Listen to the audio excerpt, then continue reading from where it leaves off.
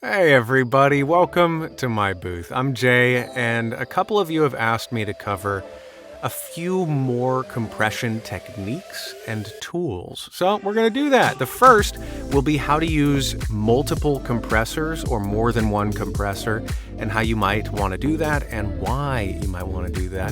And then the next will simply be multiband compressors, what they are, and when you might want to use them, if at all, in your voiceover recordings. Now, if you don't know what a compressor is, how to use one, and some of the basic knobs and dials that come with compressors, lucky for you, I've got another video on this channel about how to use compressors specifically in voiceover. So I would go watch that one, then come on back, just so that you've got a decent foundation for what we will be covering here. And while you're doing that, if you want to hit the buttons down there, it's much appreciated. So let's dive in. I've got Adobe Audition open here. And just a quick little refresher on what exactly compressors do.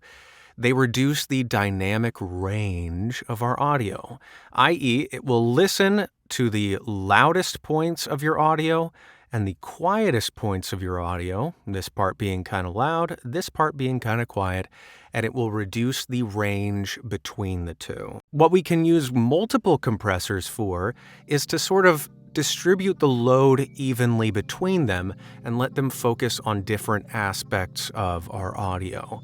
And the way you'll want to do that is most effects racks will work from top to bottom, processing the things on top first and then working their way down. And so the first compressor that we'll put in our effects chain here, we're going to have listen for the loudest bits of our audio and sort of smooth out any major peaks.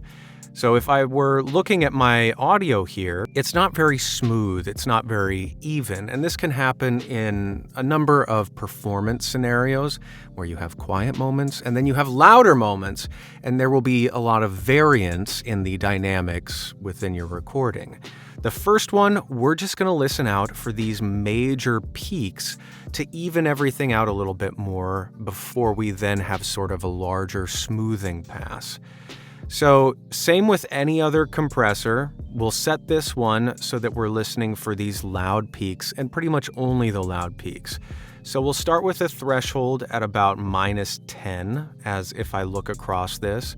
If we look at -9, go across, that's hitting most of these outlier really loud spike moments. Now the attack and release for this, we'll want both of them to be relatively fast. So I'll do a couple examples, and this is why I like this compressor in particular, is it shows me exactly what's going on. Winnie the Pooh and Piglet, we're all talking together. So this orange line at the top is showing me the compression that's happening at any given moment. If it's flat across the top, that means no compression's happening, and as it dips down, that means that it's compressing or turning down the volume on these peak levels. Now, if I have a really long release, you'll notice that it will take a long time to come back to that flat line. Piglet, we're all talking together. Christopher Robin finished. And if it compresses and holds that compressor on for a really long time, we're effectively turning down the volume further on the quieter bits of our audio still. So it will see this loud point, recognize, oh, we need to compress or turn the volume down on this audio right now. But if we have a really long release, like this comically long one we have here, it will hold that compressor on for all of this. We don't want that. We want it to hear this peak and just dip the audio for that one. So we want it to have a fairly fast release. And a fast release can be anywhere from like 30 to 50 milliseconds, really. So now if we listen to this, we're all talking together, Christopher Robin, you can see with this compression line, it's really only dipping down when it's hitting those big old peaks. And that's exactly what we want. Now, for a ratio, you want this to be a fairly high ratio for voiceover because we want to pull these levels down closer to where everything else is.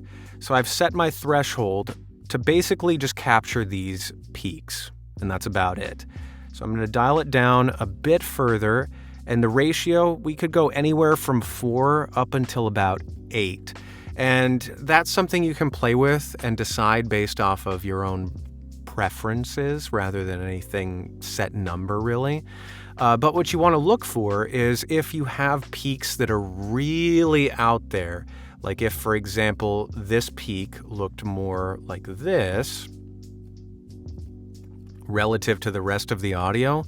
In this case, I might want a higher ratio, but because it's not a crazy outlier, it's still relatively within a reasonable range, we can deal with a lower ratio of like 5 to 6. So we'll set it at that. And then if I apply this to my recording, let's watch this waveform and just see what happens. Cool. So you'll notice this little bit here didn't really change that much. In fact, the only things that really adjusted heavily were these loud peaks, and now everything's looking a little bit more level. So let's take a step back. So again, that's taking care of just these loud bits and bringing it closer to the average overall. So that's the first compressor in our chain, and then the next compressor would be what we would do normally in terms of our compression. And that's sort of the process that I'm outlining in the first how to use a compressor video. So actually, let's just apply this one, and we'll take this second off of this. You can do this either in one step or you can do it incrementally as I'm doing here. And the only difference there would be just ease and speed of workflow. I'm doing it this way so that we can visually see the changes that I'm making, but it's not necessary to do it step by step like me. You could have both of these compressors in the same effects chain. So this next one, we'll set with a more normal ratio for voiceover, anywhere from 2 to 1 up until 3 or 4 to 1 is good. We'll split it at a happy medium, go 3 to 1. I'll bring the attack down a bit, the release down just a smidge. This release can be a bit longer than before so that we can level things out a little bit more so than the other, than the one that's looking to grab those peaks. And then I'll bring this down and looking at this, maybe around -12, 15 or so would be a good starting point. So if we play this, one day when Christopher Robin and Winnie the Pooh and Piglet were all talking together, Christopher Robin finished the mouthful he was eating and said carelessly, "I saw a heffalump today, Piglet." Cool. So that looks about right. Now, one setting that I didn't touch on that I neglected to in that first one, there are a few different, in this compressor at least, a few different things that I can tell this to look out for. One is RMS, where it will sort of look at the average loudness of the recording at any given time. Peak will listen literally to the peaks of the audio, i.e. the loudest moment at any given time.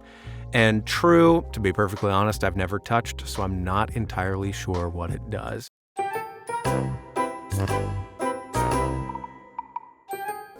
I'm going to turn it to peak and pull this up just a smidge more, and then we'll click apply one more time and watch up here on the waveform just to see what happens. Great.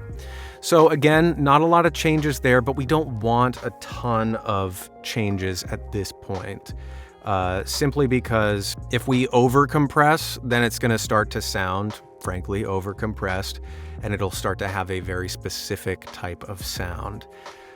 So there we go. I'm going to normalize this to -3 to give us a good listening level here, and we'll see how it sounds. One day when Christopher Robin and Winnie the Pooh and Piglet were all talking together, Christopher Robin finished the mouthful he was eating and said carelessly, "I saw a heffalump today, Piglet."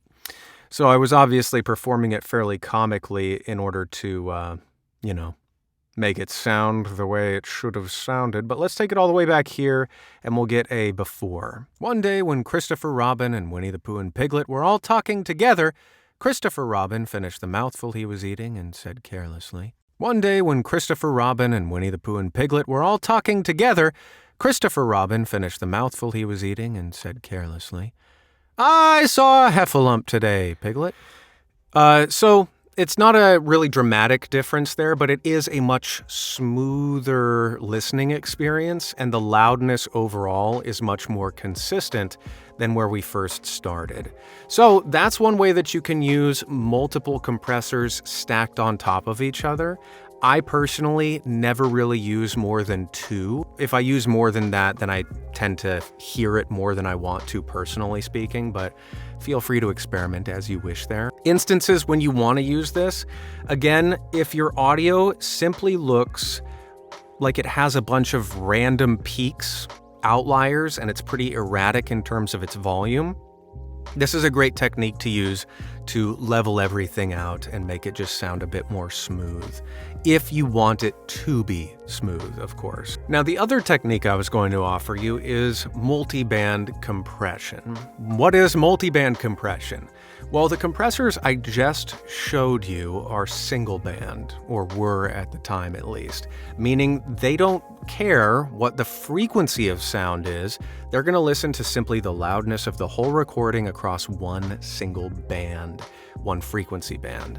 A multiband compressor is effectively breaking the sound up into different ranges of frequency and compressing those frequency ranges independently.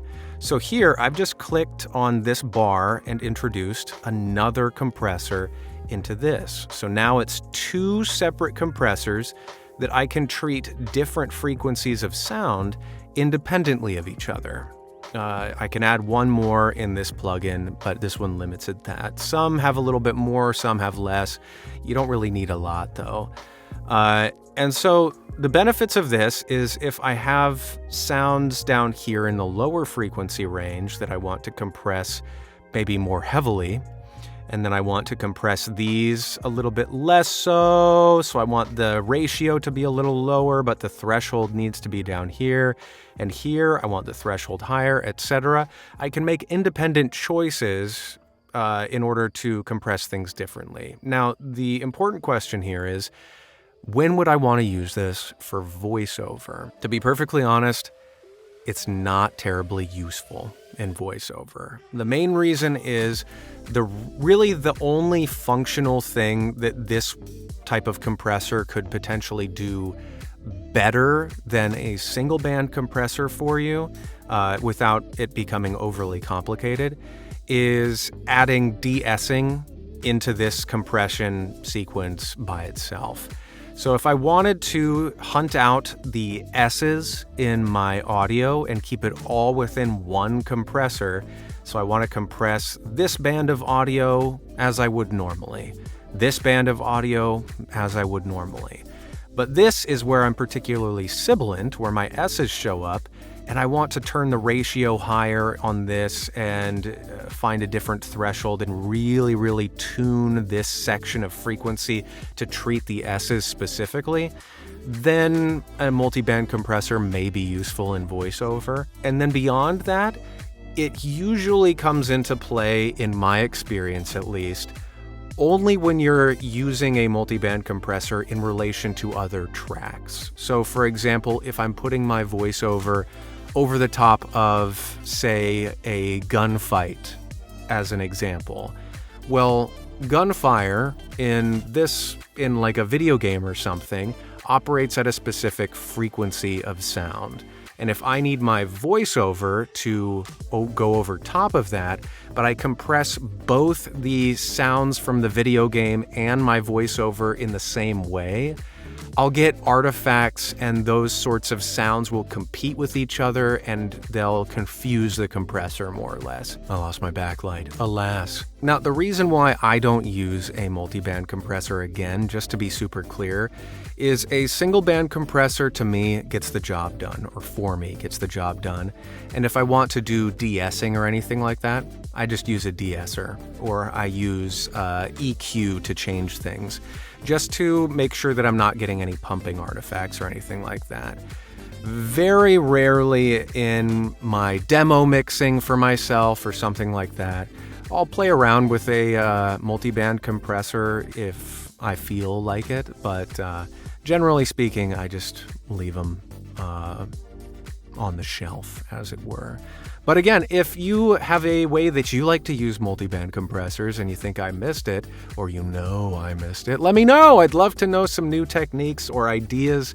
And until the next one of these, everybody, be well, and I'll see you there. Toodles.